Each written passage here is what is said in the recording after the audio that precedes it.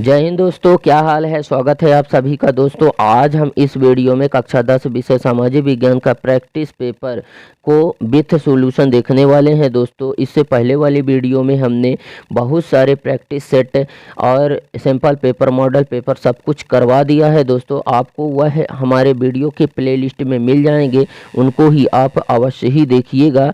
तो उसे भी आप अच्छे तरीके से देख लीजिएगा, क्योंकि वो वाली वीडियो भी आपके बोर्ड एग्जाम के हिसाब से काफ़ी महत्वपूर्ण है। दोस्तों उन सभी वीडियो की लिंक हम इस वीडियो के डिस्क्रिप्शन पर दे दूंगा, जहां से आप जाकर उन्हें वॉच कर सकते हैं। तो चलिए दोस्तों एक शायरी के साथ आगाज करते हैं आज के सेशन की दुआ है कि कामयाबी के हर शिखर पर आपका नाम हो, आपके हर कदम पर दुनिया का सलाम हो, आप जिंदगी की हर परीक्षा में सफल हो, हमारी शुभकामनाएं हमेशा आपके साथ हों। तो दोस्तों आप लोग परीक्षा में अच्छे नंबरों से पास हो, यही हमारी शुभकामनाएं हैं।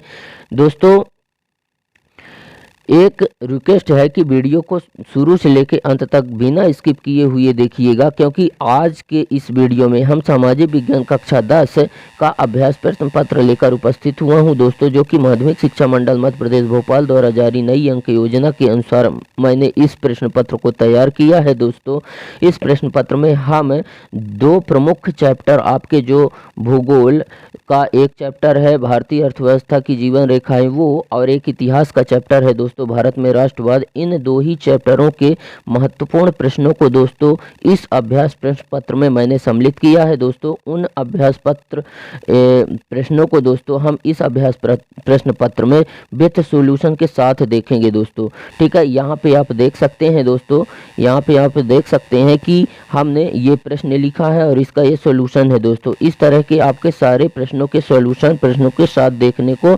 मिलेंगे दोस्तों। ठीक है, और लास्ट में एक महत्वपूर्ण चीज जो दोस्तों आज मैं आपको बताने वाला हूं वो है मैप। दोस्तों लास्ट वाला जो क्वेश्चन रहेगा दोस्तों वो आपके बोर्ड एग्जाम के हिसाब से काफ़ी इंपॉर्टेंट रहने वाला है दोस्तों, क्योंकि आज हम जो है तो दोस्तों यहाँ पे देख सकते हैं, ये जो है तो भारत के मानचित्र में इन सारी चीज़ों को दर्शाना है दोस्तों, जो कि मैं आपको विधिवत मैप बना करके और इन सारी चीज़ों को वहाँ पे दर्शाने वाले हैं।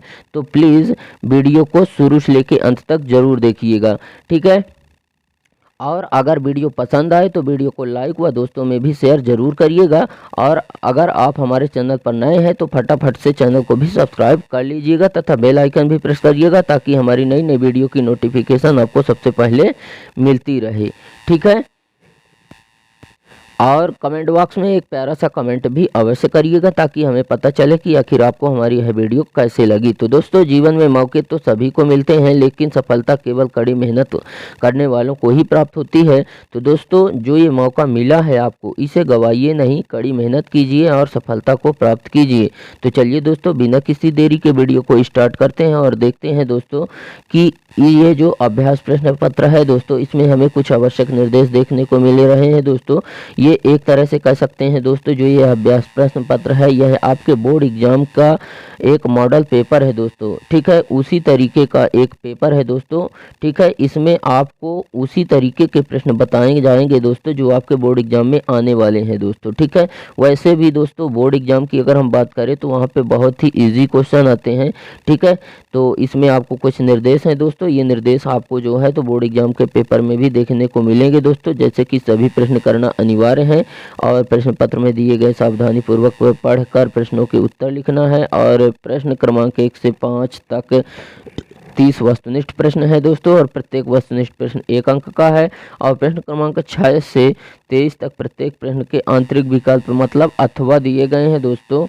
और प्रश्न क्रमांक 6 से 17 तक प्रत्येक प्रश्न 2 अंक का होगा, और 18 से 20 तक 3 अंक का होगा, और 21 से 23 तक 4 अंक का होगा दोस्तों। ठीक है, और सभी प्रश्नों के सामने उसके अंक भी दिए रहेंगे दोस्तों। ठीक है, तो इस निर्देश को आप जरूर पढ़िएगा दोस्तों हम देखते हैं कि हमारा जो पहला प्रश्न है दोस्तों वो है सही विकल्प का चयन कर लिखिए। ठीक है, हमारा पहला प्रश्न है सही विकल्प के अंदर कि 1921 की जनगणना के मुताबिक दुर्भिक्ष और महामारी के कारण कितने लोग मारे गए थे दोस्तों। ठीक है, तो हमारे ऑप्शन है 20 से 30 लाख, 120 से 130 लाख, 150 से 300 लाख और 10 से 12 लाख। ठीक है, तो हमारे इसमें से सही जवाब क्या हो जाएगा दोस्तों? तो हमारा इसमें 100 नंबर ऑप्शन सही हो रहा है दोस्तों, 120 से 130 लाख। ठीक है, जो कि 1921 की जनगणना के मुताबिक दुर्भिक्ष और महामारी के कारण लोग मारे गए थे दोस्तों। ठीक है, अगला हम देखते हैं दोस्तों कि गांधी जी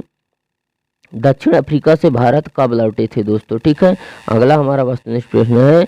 ठीक है, इसमें हमें 4 ऑप्शन है दोस्तों, 1920, 1915, 1905 और 1922। ठीक है, तो कब लौटे थे दोस्तों? तो इसका 12 नंबर ऑप्शन जो है दोस्तों वो सही हो जा रहा है। ठीक है, यानी कि 1915 में लौटे थे दोस्तों। ठीक है, असहयोग खिलाफत आंदोलन कब शुरू हुआ था दोस्तों? अगला क्वेश्चन है। ठीक है, हमारे ऑप्शन है जनवरी 1921, अप्रैल 1913, दिसंबर 1920 और फरवरी 1925। ठीक है, तो इसका कौन सा ऑप्शन सही हो जाएगा दोस्तों? तो इसका जो है तो ये जो है तो कौन सा ऑप्शन इसका सही हो जाएगा दोस्तों?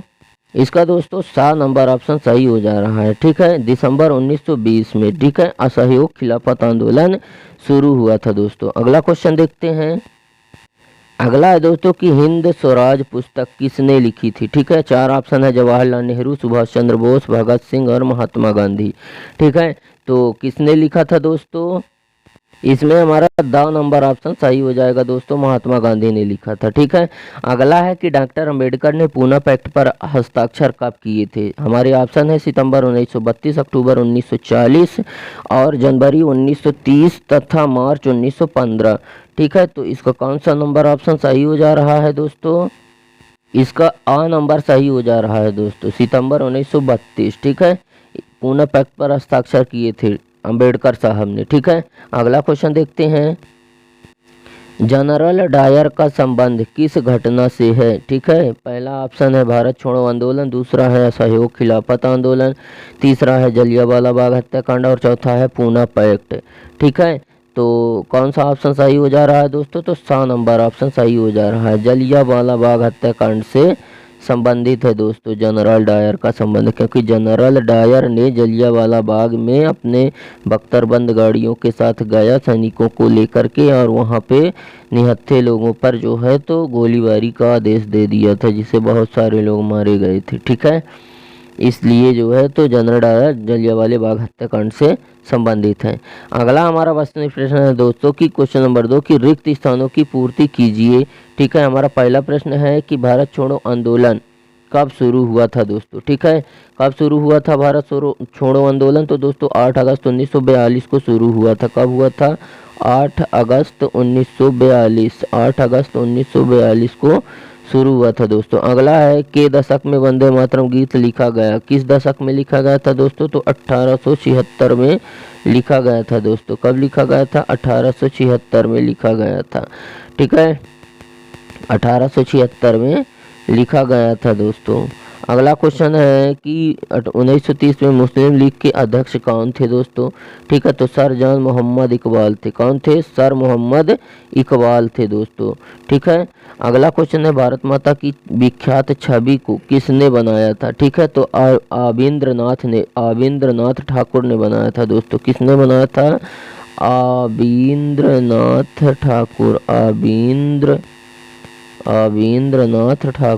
आबिंद्रनाथ ठाकुर ने बनाया था दोस्तों। ठीक है, हमारा अगला क्वेश्चन है दोस्तों कि गांधी जी ने स्वराज का झंडा कब तक तैयार कर लिया था? खालिस्तान तक तैयार कर लिया था। तो कब तक कर लिया था दोस्तों? तो हो जाएगा इसमें 1921 की। कब तक? 1921 तक कर लिया था।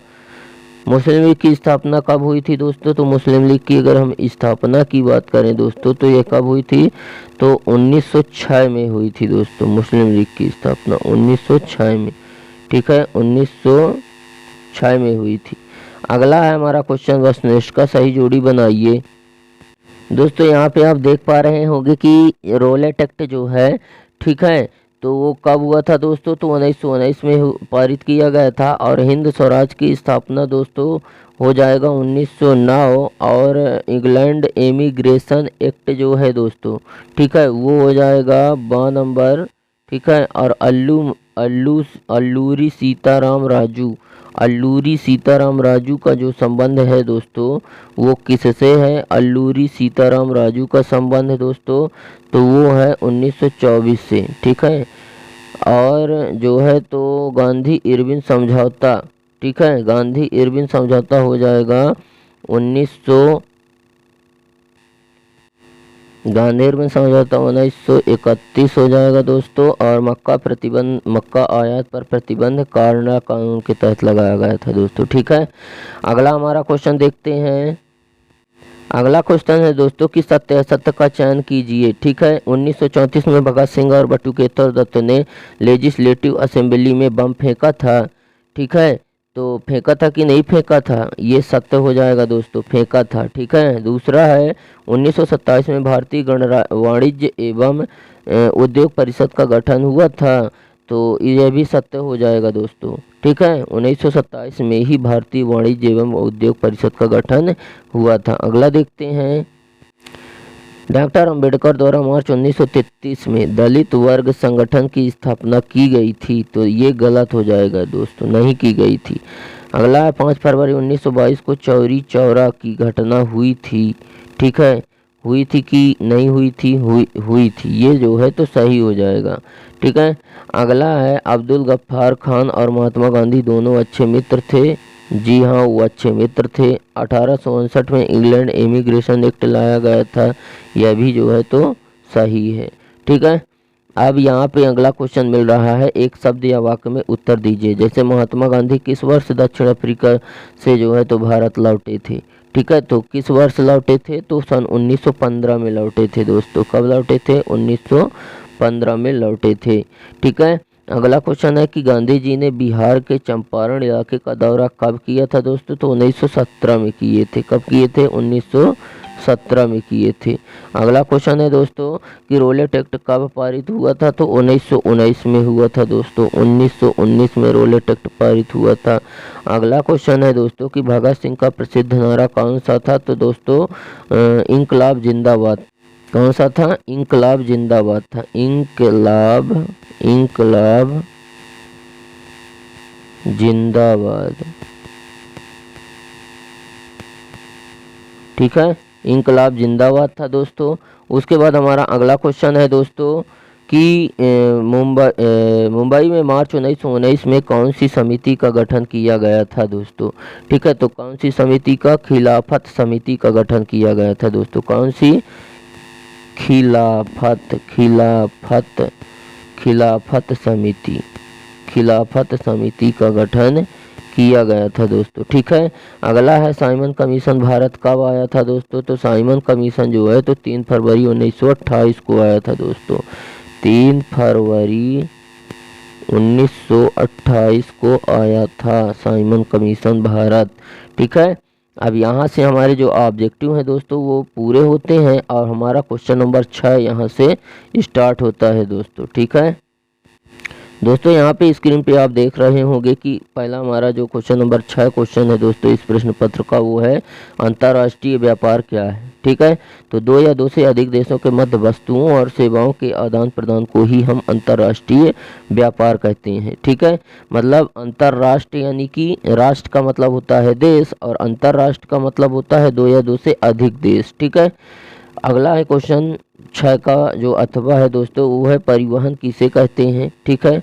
तो व्यक्तियों या जीव जंतुओं को किसी माध्यम द्वारा, ठीक है, एक स्थान से दूसरे स्थान पर ले जाने व ले आने की प्रक्रिया ही क्या कहलाती है दोस्तों, परिवहन कहलाती है, ठीक है। हमारा अगला क्वेश्चन है, क्वेश्चन नंबर जो 7 है दोस्तों वो है अनुकूल व्यापार संतुलन किसे कहते हैं, ठीक है। तो यहाँ पे आप आंसर देख सकते हैं दोस्तों कि अगर निर्यात मूल्य, ठीक है, क्या निर्यात मूल्य, निर्यात का मतलब है दोस्तों किसी भी वस्तु को दूसरे देश में बेचना ही निर्यात है और अपने देश में आवश्यक वस्तुओं को दूसरे देशों से ले आना जो है तो आयात है, ठीक है। तो निर्यात मूल्य और आयात मूल्य से अधिक हो तो, ठीक है, अगर निर्यात मूल्य जो है वह आयात मूल्य से अधिक हो तो उसे अनुकूल व्यापार कहते हैं।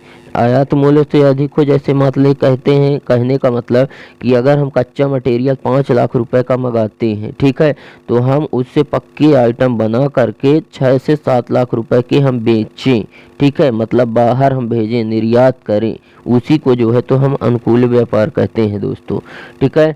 इसी में जो है तो अगला क्वेश्चन है दोस्तों कि कांडला पत्तन की दो विशेषताएं बताना है। ठीक है, जैसे कि पहली विशेषता है कि कांडला जो पत्तन है यह एक ज्वारीय पत्तन है।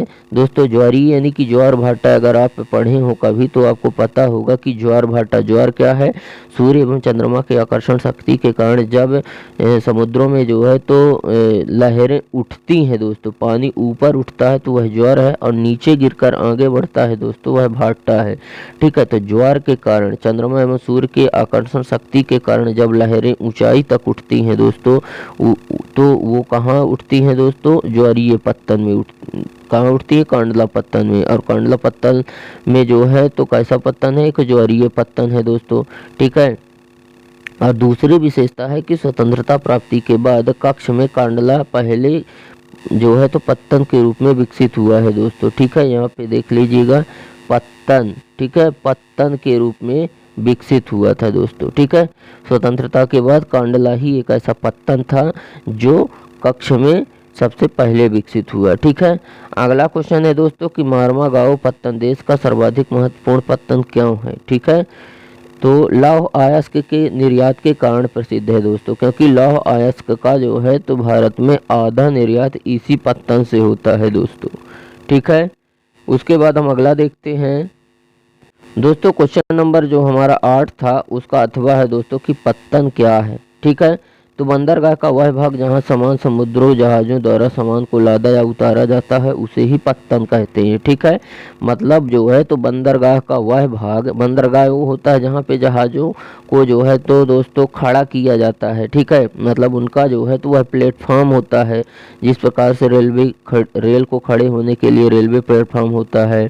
ठीक है, और हेलीकॉप्टर को खड़ा होने के लिए एरोप्लेन होता है, बस को खड़ा होने के लिए बस स्टैंड होता है। उसी प्रकार से जो जल जहाज हैं दोस्तों, नाव वगैरह है, उनको खड़ा होने का जो स्थान है दोस्तों वो है बंदरगाह। ठीक है, तो बंदरगाह का वह भाग जहां से सामान को जहाज़ों में लादा या उतारा जाता है दोस्तों उसी को पत्तन कहते हैं। ठीक है, अगला हमारा क्वेश्चन है दोस्तों, क्वेश्चन नंबर 9 कि पक्की सड़कें क्या होती हैं।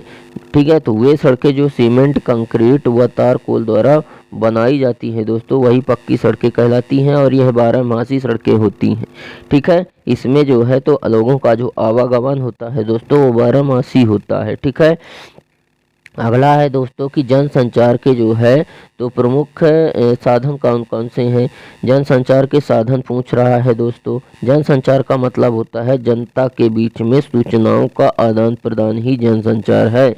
तो किसके माध्यम से होता है दोस्तों, कौन कौन से साधन है, तो जैसे टेलीफोन, इंटरनेट, फैक्स, समाचार पत्र, रेडियो, ठीक है, टेलीविज़न, सिनेमा आदि। ठीक है, इनके द्वारा जो है तो लोगों में जनसंचार होता है। आज जो है तो व्यक्ति घर में बैठे बैठे देश विदेश की जानकारियां प्राप्त कर सकता है दोस्तों। ठीक है, अगला हमारा क्वेश्चन है दोस्तों कि भारत के लोग रॉलेट एक्ट के विरोध में क्यों थे। ठीक है, तो भारत के लोग रॉलेट एक्ट के विरोध इसलिए कर रहे थे क्योंकि यह एक्ट को भारतीय सदस्यों के भारी विरोध के बावजूद इंपीरियल लेजिस्लेटिव काउंसिलिंग ने बहुत ही जल्दबाजी में पारित कर दिया था।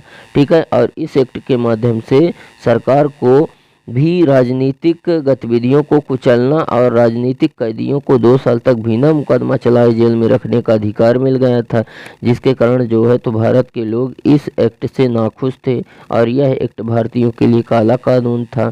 इसके द्वारा सरकार क्रांतिकारियों एवं देशभक्तों को कैद कर राष्ट्रीय आंदोलन को समाप्त करना चाहती थी। ठीक है, यह एक्ट को लागू करके और जो भारत के क्रांतिकारी अधिकारी हैं वो और जो देशभक्त हैं वो उनको जो है तो कैद करके जेल में, और जो राष्ट्रीयता की भावनाएं लोगों के अंदर फैल रही थी, ठीक है, वो समाप्त करना चाहते थे। इसीलिए भारत के लोग जो है तो इसके विरुद्ध में थे।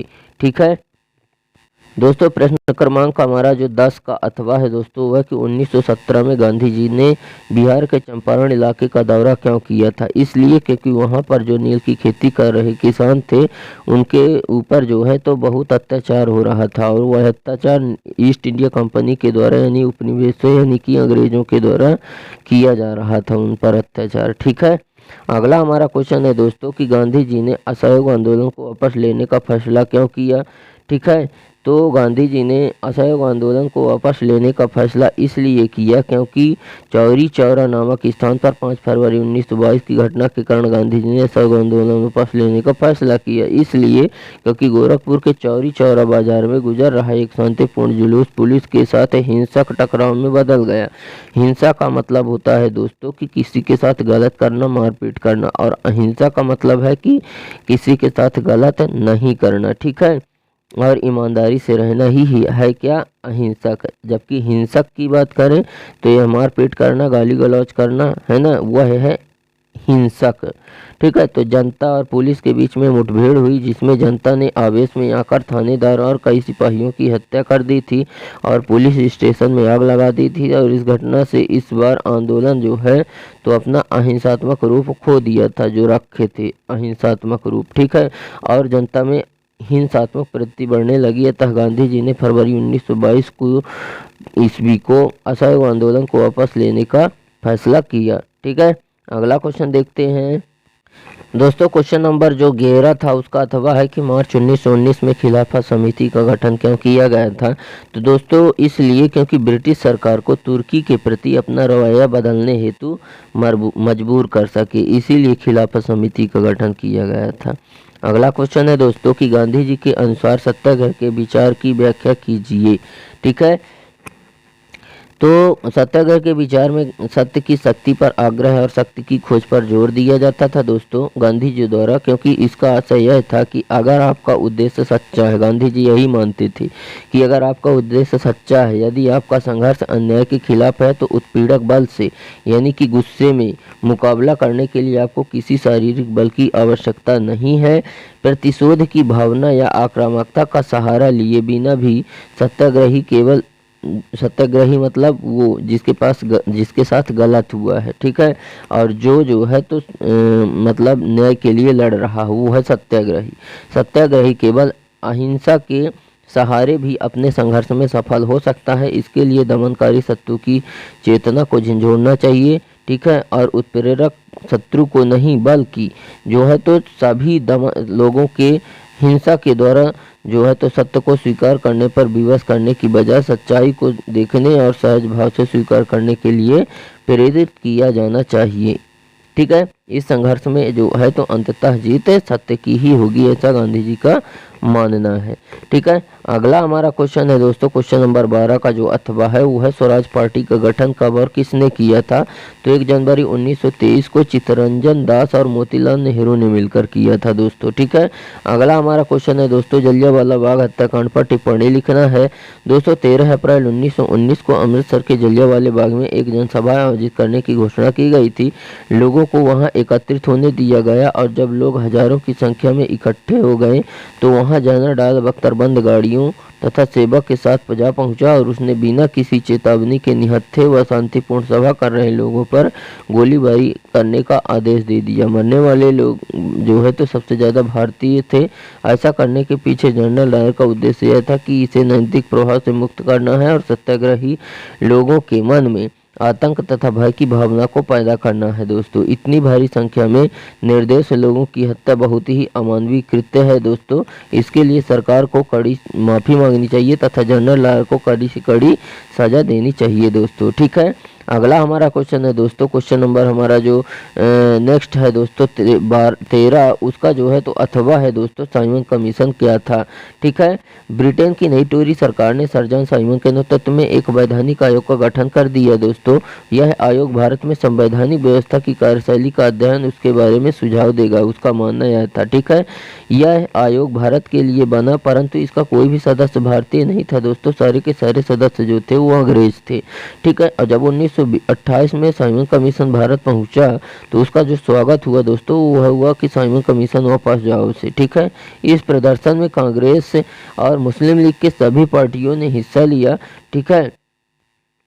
और इस कमीशन के खिलाफ शांतिपूर्ण प्रदर्शन करते हुए लाला लाजपत राय पर ब्रिटिश पुलिस ने हमला कर दिया जिसके कारण इस महान नेता की मौत हो गई थी दोस्तों। अगला क्वेश्चन है, महात्मा गांधी के अनुसार सामाजिक अपांगता केवल राजनीतिक सशक्तिकरण से ही दूर हो सकती है, स्पष्ट कीजिए, ठीक है। तो गांधी जी के अहिंसक समाज के संगठन का एक प्रमुख मौलिक सिद्धांत है, ठीक है, जिसमें सामाजिक अपंगता को राजनीतिक सशक्तिकरण से दूर जो है तो करने को कहा गया है, ठीक है। लोग समाज में अपने या अपने से दूसरे या छोटी जाति वालों को जो है तो कमज़ोर मानते थे, इसीलिए सामाजिक अपंगता को दूर करने के लिए गांधी जी ने जो है तो वर्ण व्यवस्था सिद्धांत पर जोर दिया था, ठीक है। अगला क्वेश्चन है दोस्तों कि सविनय अवज्ञा आंदोलन की चरणबद्ध व्याख्या करना है दोस्तों। तो पहला है कि इस बार लोगों को न केवल अंग्रेजों का सहयोग न करने के लिए बल्कि औपनिवेशिक कानून का उल्लंघन करने के लिए आह्वान किया जाने लगा था दोस्तों, ठीक है। इसी का जो है तो दूसरा इसका चरणबद्ध व्याख्या है दोस्तों कि देश की विभिन्न भागों में हजारों लोगों ने नमक कानून को तोड़ा तथा सरकारी नमक कारखानों के सामने प्रदर्शन भी किए। तीसरा है कि विदेशी वस्तुओं का बहिष्कार किया जाने लगा था दोस्तों। बहिष्कार का मतलब होता है कि अंग्रेजों के द्वारा दी हुई वस्तुओं का उपयोग ना करना, उनको जो है तो उपयोग करने से मना कर देना ही जो है बहिष्कार है दोस्तों, ठीक है। इसी में हमारा जो अगला क्वेश्चन है दोस्तों वो है कि बाबा रामचंद्र ने किस प्रकार उत्तर प्रदेश के किसानों को संगठित किया था दोस्तों, ठीक है। तो अगर इनके बारे में देखें तो इन्होंने दिसंबर 1920 में किसान सभा में बाबा रामचंद्र का आगमन हुआ, जो मूल रूप से महाराष्ट्र के रहने वाले थे, लेकिन उन्होंने अवध क्षेत्र के को ही जो है तो अपनी कर्मभूमि मान लिया था। बाबा रामचंद्र इतना और अजस्वी भाषण दिया करते थे कि किसान उनसे प्रेरित होकर अंग्रेजों के कानून का उल्लंघन करने के लिए तैयार हो जाते थे, ठीक है। अगला हमारा जो अथवा है दोस्तों क्वेश्चन नंबर जो 15 का अथवा है वह कि ज़्यादातर मुस्लिम संगठनों ने सविनय अवज्ञा आंदोलन के प्रति रुचि नहीं दिखाई थी। तो क्यों नहीं दिखाई थी दोस्तों, तो इसका कारण था, ठीक है, भारत के कुछ मुस्लिम राजनीतिक संगठनों ने सविनय अवज्ञा आंदोलन के प्रति जो है तो कोई खास रुचि नहीं दिखाई, ठीक है। इसका कारण यह था कि जब सविनय अवज्ञा आंदोलन शुरू हुआ उस समय समुदाय के बीच संदेह और अविश्वास का माहौल बना हुआ था, ठीक है, और कांग्रेस से कटे हुए मुसलमान का बड़े तबके, ठीक है, किसी संयुक्त संघर्ष के लिए तैयार नहीं था। बहुत सारे मुसलमान नेता और बुद्धिजीवी भारत में अल्पसंख्यकों के रूप में मुसलमान की हैसियत को लेकर चिंता जता रहे थे, ठीक है। उनका भाई था कि हिंदू जो है तो बहुसंख्यक के वर्चस्व की स्थिति में अल्पसंख्यकों की स्थिति, संस्कृति और पहचान खो जाएगी, ठीक है। मतलब उनका यह मानना था कि जो मुस्लिम समुदाय है वह कम संख्या में है और जो कहा जाए तो हिंदू है वह बहुसंख्यक में है का, तो अगर हिंदू मारे भी जाएंगे तो कहीं ना कहीं उनकी पहचान बच जाएगी, लेकिन जो मुस्लिम समाज है वो बहुत ही कम है, अगर वो मारा गया तो फिर वो कहीं का ना बचेगा, उसकी तो प्रजाति ही खत्म हो जाएगी, ठीक है।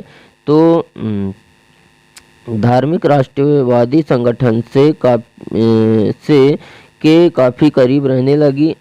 जैसे जैसे हिंदू मुसलमान के बीच संबंध खराब होते गए और दंगे भी होते गए, और हर दंगे के साथ दोनों समुदायों के बीच में जो फासला था दोस्तों वो बढ़ता चला गया, ठीक है। अगला हमारा क्वेश्चन है दोस्तों क्वेश्चन नंबर 16 जो है कि महात्मा गांधी ने सत्याग्रह को सक्रिय प्रतिरोध क्यों कहा है।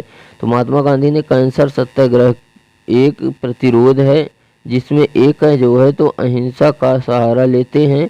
इस आंदोलन में एक विरोधी पक्ष का सक्रिय व निरंतर रूप से प्रतिरोध करते हैं, इसलिए गांधी जी ने इसे सक्रिय प्रतिरोध कहा है, ठीक है।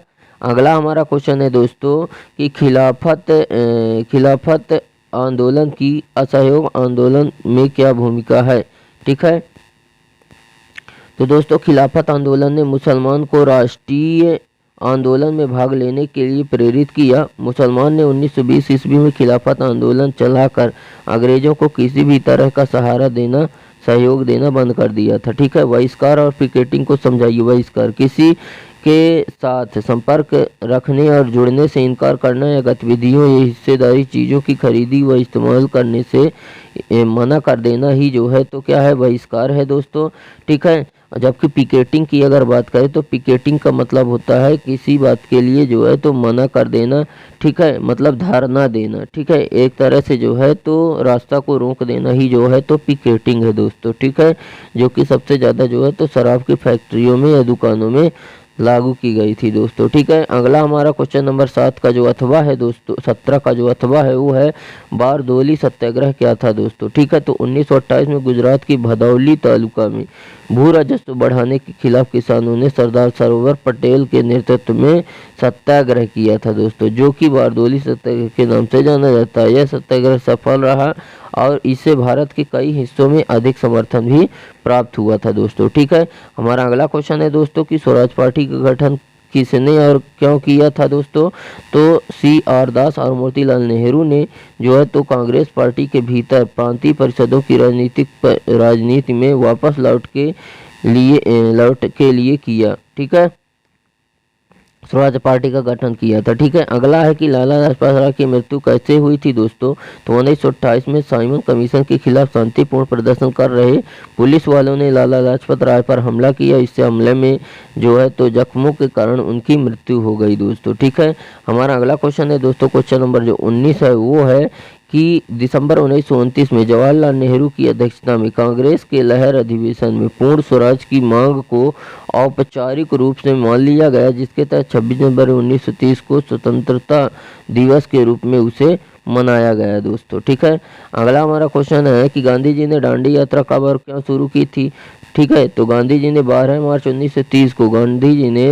1930 को अपने साथियों के सहित साबरमती आश्रम से लगभग 200 मील की दूरी स्थित दांडी यात्रा नमक कानून को तोड़ने के लिए यह यात्रा की थी। ठीक है, अगला हमारा क्वेश्चन है कि अंबेडकर ने पूना पैक्ट पर हस्ताक्षर कब किए थे। ठीक है, तो अंबेडकर ने गांधी जी की राय मानकर सितंबर 1932 में पूना पैक्ट पर हस्ताक्षर कर दिए थे दोस्तों। ठीक है, अगला हमारा क्वेश्चन है कि वे कौन से हालात थे जिनके कारण जलियांवाला बाग हत्याकांड हुआ। ठीक है, इसके जो है तो प्रमुख निम्नलिखित कारण थे दोस्तों। ठीक है, पहला कारण है जैसे रॉलेट एक्ट। ठीक है, भारतीय सदस्यों की भारी विरोध के बावजूद जो है इस एक्ट को जो है तो अंग्रेज सरकार के द्वारा पास कर दिया गया। ठीक है, जो कि जो है तो कोई भी व्यक्ति इस एक्ट से पसंद नहीं था। ठीक है, क्योंकि इस एक्ट के द्वारा जो है तो बिना मुकदमा चलाए जेल में बंद रखने का अधिकार था। 2 साल तक जो है तो किसी भी व्यक्ति पर बिना मुकदमा चलाए उसे जेल में रखने का अधिकार था। इसलिए लोग इस एक्ट का जो है तो क्या कर रहे थे, विरोध कर रहे थे, जो कि बाद में जलियांवाला बाग हत्याकांड में बदला यह विरोध। अगला है मार्शल लॉ। ठीक है, जलियांवाला बाग हत्याकांड का प्रमुख दूसरा जो कारण है दोस्तों वो है मार्शल लॉ का बना था। ठीक है, क्योंकि अमृतसर के बहुत सारे स्थानीय नेताओं को हिरासत में जो है तो ले लिया गया था, हिरासत यानी कि गिरफ्तार कर लिया गया था एवं गांधी जी के दिल्ली प्रवेश पर पाबंदी लगा दी गई थी। अपने नेताओं की गिरफ्तारी के विरुद्ध लोगों को जो है तो देखते हुए पुलिस वालों ने अमृतसर में 13 अप्रैल को मार्शल लॉ लागू कर दिया और कॉमन जनरल डायर ने संभाल ली। ठीक है, अगला है सत्याग्रह। गांधी जी ने रॉलेट सत्याग्रह आरंभ करने का निर्णय लिया, विभिन्न शहरों में रैलियों का आयोजन किया, कामगार हड़ताल पर चले गए तथा दुकानें बंद हो गईं, जो कि बाद में जलियांवाला बाग हत्याकांड की घटना का कारण बना दोस्तों। ठीक है, अगला हमारा क्वेश्चन है दोस्तों कि असहयोग आंदोलन के कोई 4 कारण लिखने हैं। ठीक है, असहयोग आंदोलन के। ठीक है, तो जो दोस्तों असहयोग आंदोलन के 4 कारण हैं वो निम्नलिखित हैं। पहला है जैसे कि सरकार की दमनकारी नीति ने जनता में असंतोष एवं विद्रोह की भावना को फैला दिया था। राष्ट्रीय आंदोलन को कुचलने के लिए सरकार द्वारा criminal amendment act, press act, explosive act, ठीक है, आदि बनाए गए थे। ठीक है, और क्रांतिकारियों को काला पानी, आजीवन कारावास और फांसी की सजा दी जा रही थी दोस्तों, जिसके कारण लोग उनके विरुद्ध होते चले गए और जलियांवाला बाग हत्याकांड का कारण भी बने थे दोस्तों। ठीक है, और असहयोग आंदोलन का कारण भी इसी के कारण बना था दोस्तों। ठीक है, क्योंकि क्रांतिकारियों को जो है तो काला पानी की सजा दी जा रही थी, यह प्रमुख कारण था दोस्तों असहयोग आंदोलन का। ठीक है, और दूसरा प्रमुख है दोस्तों असहयोग आंदोलन का कारण कि प्रथम विश्व युद्ध के प्रभाव, असहयोग आंदोलन के कारण जो है तो प्रथम विश्व युद्ध का प्रभाव भी था। ठीक है, प्रथम विश्व युद्ध में आत्मनिर्णय लेने का जो सिद्धांत था दोस्तों वह जो है तो प्रतिपादन हुआ। इस सिद्धांत के प्रभाव के कारण चीन, भारत आदि देशों में राष्ट्रीयता की जो लड़ाई थी दोस्तों वह असहयोग आंदोलन का प्रमुख कारण बनी दोस्तों। ठीक है, अगला है दोस्तों कि रॉलेट एक्ट एवं जलियांवाला बाग हत्याकांड। ठीक है, जो कि असहयोग आंदोलन का कारण बना। यह दो हत्याकांड जो थे, ठीक है, रॉलेट एक्ट और जलियांवाला बाग हत्याकांड, इनके कारण असहयोग आंदोलन हुआ दोस्तों। 1919 में सरकार ने रॉलेट एक्ट पास किया, जिसे काला कानून कहा गया। इस आंदोलन के विरोध में सभी जगह हड़तालें हुई, विरोध प्रदर्शन हुआ। जलियांवाला बाग हत्याकांड शांतिपूर्ण ढंग से चल रहा था कि जनसभा पर डायर ने 13 अप्रैल 1949 को आधाधुंध गोलियां चलाने का आदेश दे दिया। इस हत्याकांड से सारे देश में उत्तेजना की लहर दौड़ गई दोस्तों, ठीक है, जो कि असहयोग आंदोलन का प्रमुख कारण बना। ठीक है, अगला हमारा क्वेश्चन है कि भारत छोड़ो आंदोलन की व्याख्या कीजिए। ठीक है दोस्तों, भारत छोड़ो आंदोलन सिर्फ मिशन की असफलता एवं द्वितीय विश्व युद्ध के प्रभाव में भारत में व्यापार का संतोष को जन्म दिया।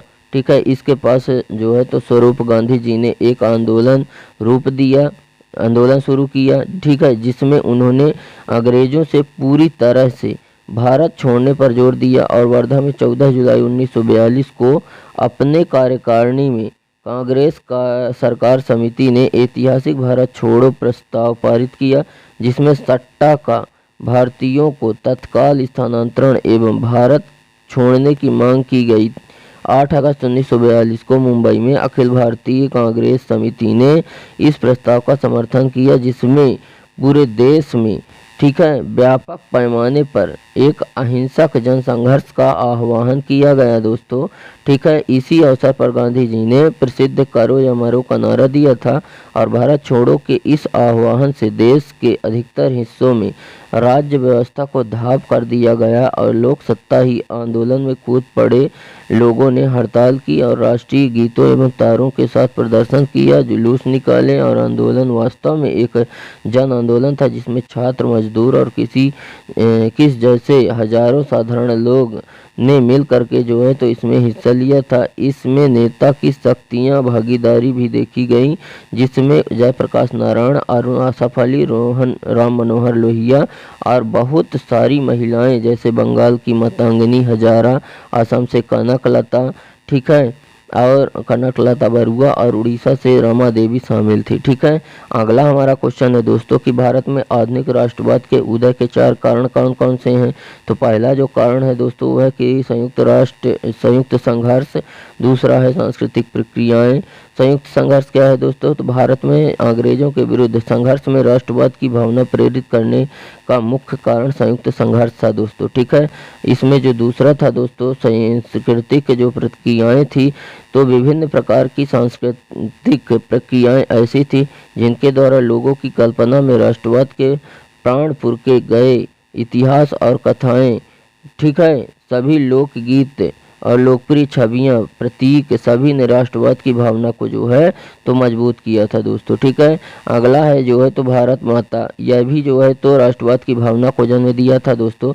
भारत माता की जो पहचान थी दोस्तों वह छवि के रूप धारण कर गई, जो कि पहली बार बंकिम चंद्र चट्टोपाध्याय ने बनाई थी, जिन्होंने मातृभूमि की स्तुति के रूप में वंदे मातरम गीत लिखा था। स्वदेशी आंदोलन की प्रेरणा से अरविंदनाथ टैगोर ने भारत माता की विख्यात छवि को भी चित्रित किया था दोस्तों। ठीक है, अगला है दोस्तों हमारा प्रश्न, अंतर्राष्ट्रीय व्यापार का क्या महत्व है दोस्तों। ठीक है, तो पहला महत्व है कि सभी देश अंतर्राष्ट्रीय व्यापार पर निर्भर हैं, क्योंकि संसाधनों की उपलब्धता क्षेत्रीय है। ठीक है, और दूसरा है अंतर्राष्ट्रीय व्यापार की प्रवृत्ति उसके आर्थिक वैभव की प्रतीक है, क्योंकि ऐसा व्यापार श्रमिक तथा व्यापारियों को अनेक प्रकार के रोजगार प्रदान करता है। तीसरा है अंतर्राष्ट्रीय व्यापार के माध्यम से ही हम विदेशी मुद्रा का अर्जन करते हैं, जिनके प्रयोग अनेक आवश्यक वस्तुओं के आयात करने में होता है। ठीक है, अगला है जो है तो अंतर्राष्ट्रीय व्यापार का महत्व कि विदेशी व्यापार प्रौद्योगिकी स्थानांतरण में मदद करता है दोस्तों। ठीक है, अगला हमारा क्वेश्चन है दोस्तों, क्वेश्चन नंबर 23, भारत के मानचित्र में निम्नलिखित को दर्शाना है दोस्तों। ठीक है, कौन कौन से भाखड़ा, नागल बांध, दिल्ली, थार मरुस्थल और मथुरा, इनको जो है तो दर्शाना है दोस्तों। ठीक है, जैसे दोस्तों हम यहाँ पे देख लेते हैं, जैसे ये मान लेते हैं कि ये भारत का मैप है दोस्तों।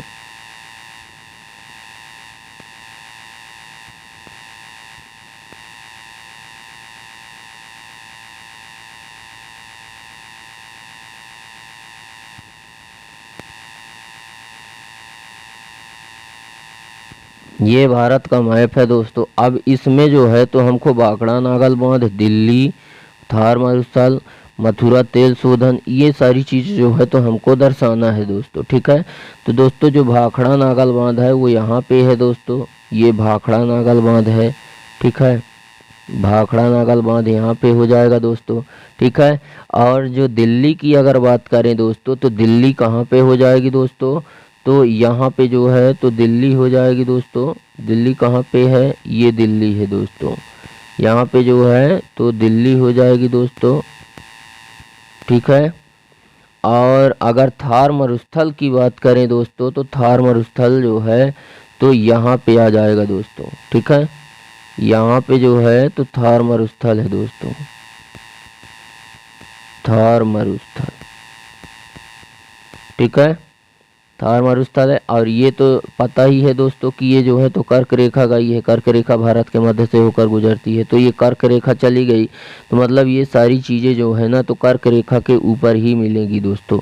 मथुरा तेल शोधक की अगर बात करें दोस्तों, तो यहाँ पे जो है तो मथुरा तेल शोधक है दोस्तों यहाँ पे। ठीक है, मथुरा